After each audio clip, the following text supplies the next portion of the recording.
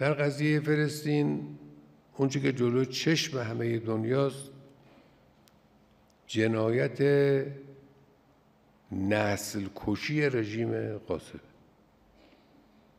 این همه دنیا دارن مشاهده میکنن. مسئولین بعضی از کشورها که با مسئولین کشور ما صحبت کردن در دفاع از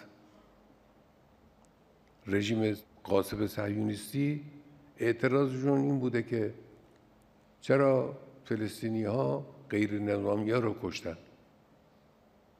اولا این حرف خلاف واقعه، یعنی اصلا اینایی که تو شهرک ها و اینا هستن غیر نظامی نیستن، همشون مسلحن. حالا گیرم غیر نظامی، چه تعداد غیر نظامی کشته شدن؟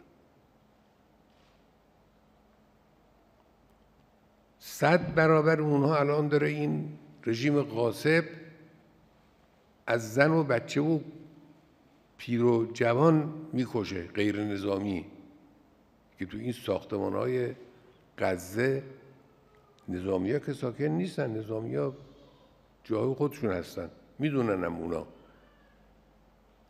اینا همین مردم هم. مراکز پرجمعیت رو انتخاب میکنن و میزنن.